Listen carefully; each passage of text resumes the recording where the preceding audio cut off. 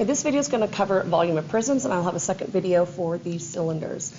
The volume is the amount of space that a 3D object can hold. Think about taking a three-dimensional figure and filled it up with water or sand. Surface area was around the surfaces where we could take it apart and lay it flat. Now we're actually going into our third dimension.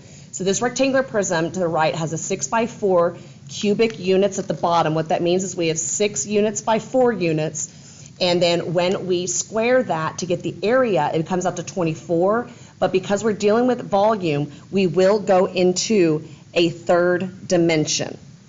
So cubed is the little 3 exponent.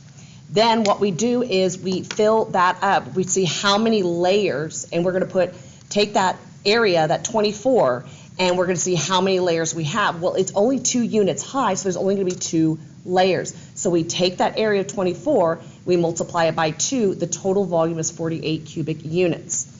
When we get to the cylinders, think about, well, you're pictured here, your stack of quarters here, or stack of coins. We're going to find the area of that base, and we're going to see how many, take that and multiply it by how many quarters high, how many quarters are in there.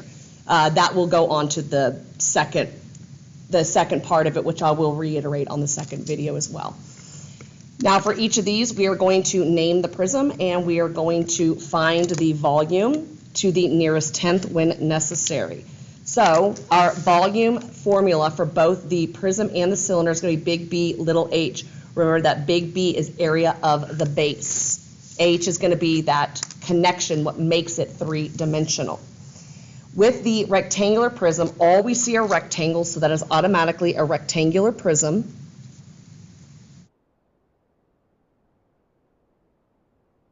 Finding the area of the base, well, first we identify the base. And with surface area, it's very, very particular with rectangular prisms. You had to know which were the bases. If you wanted a lateral surface area, doesn't matter here, because we're going to see a shortcut with the volume of rectangular prisms. So let's go ahead and go to the side and find big B. Well, big B is going to be your base times height. So you've got this 6.5 and this 9.6 transfers up here. Okay, we have 6.5 times 9.6.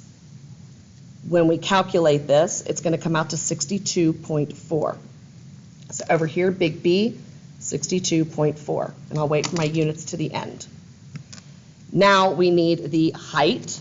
The height, again, this is what makes the figure three-dimensional. Right now, we're looking at base. We're just looking at this rectangle, okay? Look at this rectangle. How did we make it to three-dimensional? How did we get from one base to the other? Three-dimensional is that 4.1.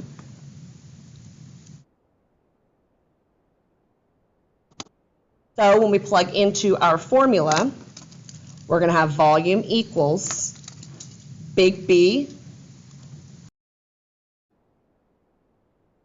of 62.4 times the height, which was 4.1. So we multiply those all together.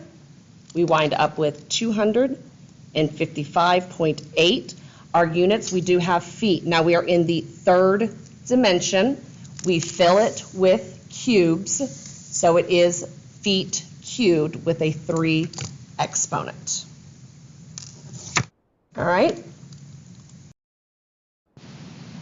Taking a look at number 2, we're going to see a prism, again, all rectangles, and in this case, we have 2 that are not rectangles. We can only see 1, but that is going to be our base. Okay, this is going to be a trapezoid, so we have a trapezoidal prism.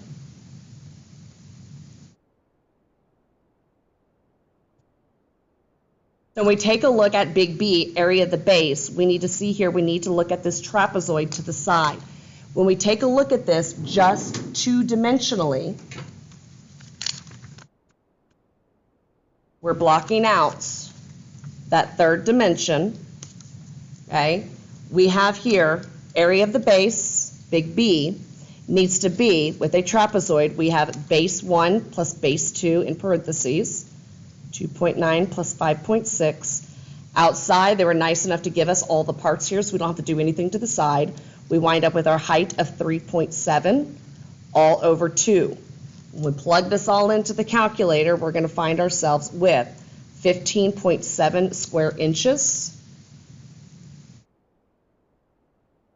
Now again, we go back to this trapezoidal prism is lying down, taking a nap. The heads and feet, when you're measuring your height, when you're lying down, are now horizontal. How do we make this prism? How do we go from a two-dimensional trapezoid to a three-dimensional trapezoidal prism? We go down the height of 4. So all we do, not sure why there's so much room. We don't need all this room, right? We're going to take the base, big B, area base, 15.7, and we're going to multiply it by that height of 4. We plug that all into the calculator. We get 62.9. We are at inches, and volume is cubed. Remember that volume's cubed. We're going to be doing similar polygons later. Okay. Number 3, with our hexagonal prism, we are going to have to do some extra work to the side here, okay?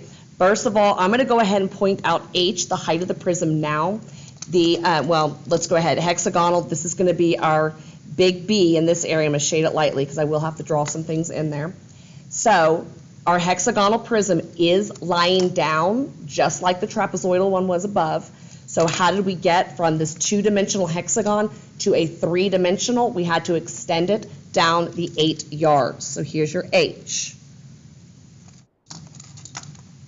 Let's go ahead and fill this in, hexagonal prism.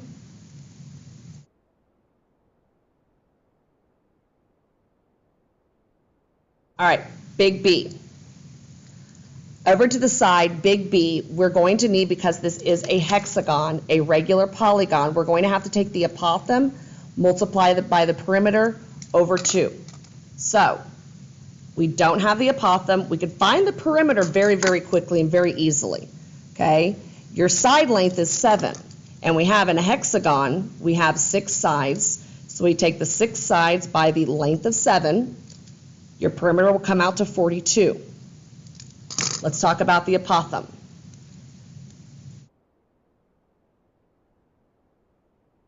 To find the apothem, we need to go back and look at drawing in our apothem, perpendicular, okay, and we're going to draw in a radius. We're going to now block out everything possible the best we can except for this right triangle. And we're going to take a look. If we draw this right triangle to the side,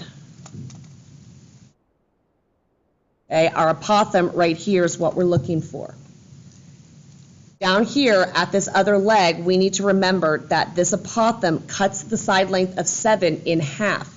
So this will be 3.5. We are going to use trigonometry. You can use your 30, 60, 90s if you would like to. I prefer trigonometry. My students know that. So we need to find that reference angle. This reference angle we have learned, we can take 360 and divide by 2n, 2 times the number of sides. So 360 divided by 2, okay, our side had 6. This is going to come out to 30. So our reference angle here becomes 30 degrees. When we're taking a look at this, we're going to notice our hypotenuse is not being used. How I teach my students is A for apothem, A for adjacent, always. We line up a bow and arrow. The pen is my arrow. We're going to shoot it to the opposite side of the battlefield. 3.5 will be O. And we have learned that with O and A, we are using tangent. So let's go ahead very quickly, fill in our trigonometry. Trigonometric equation is tangent of the 30 equals opposite of 3.5 over adjacent A. If we do this proportionally, we're going to notice ourselves cross-multiplying.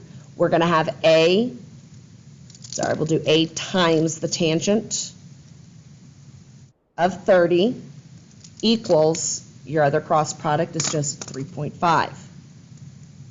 So we notice we have a division problem here.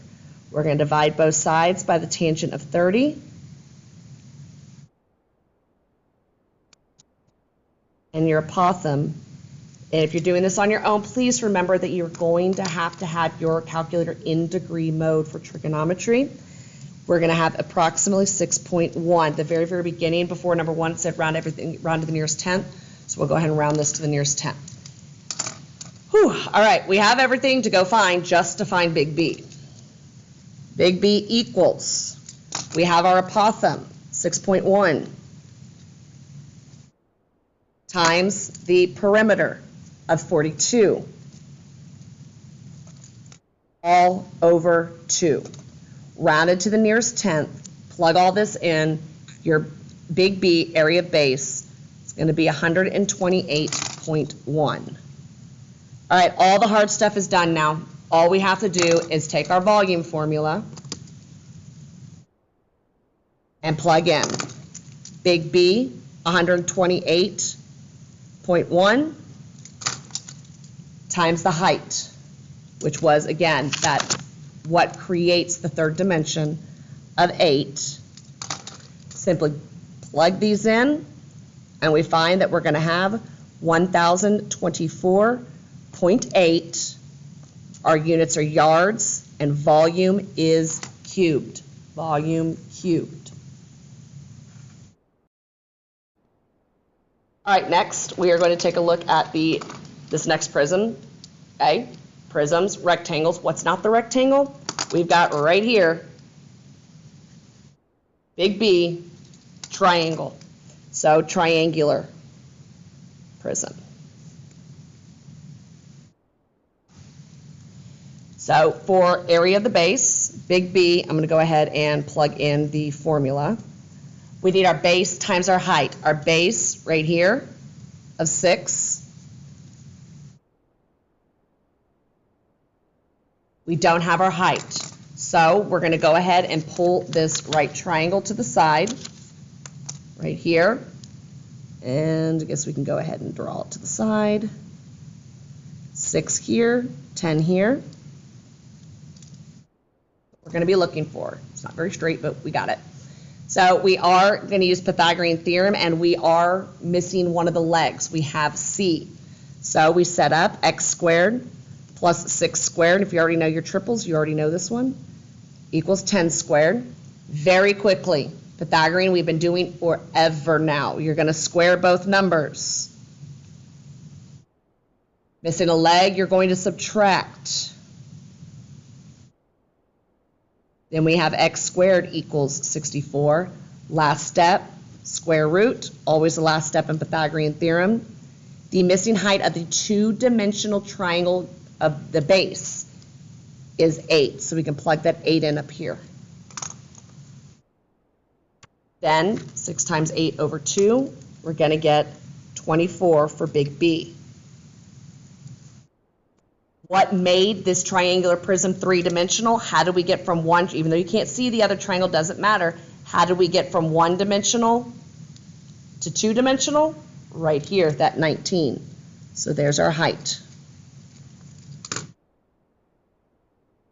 Right, easy part here. Plug in.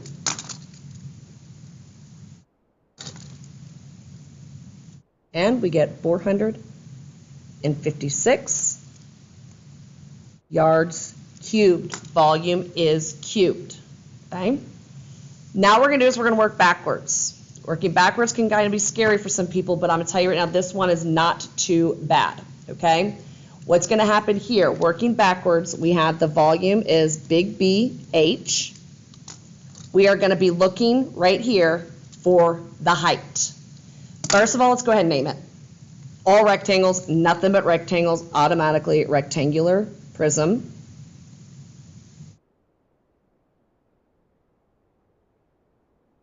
Now, big B, I'm just going to go ahead and use the top and bottom as big B. So to find the area of the big B, we have 4 right here and our opposite edges right here. Okay, this is 6 feet up here too. So if we look at it two-dimensionally, we have 4 by 6. So big B is going to be 24. That is what's going in right here for big B. Okay, volume V is 240. So in this formula, V is being replaced with 240. Big B is being replaced with 24. And we are looking for H. Divide both sides, we're done.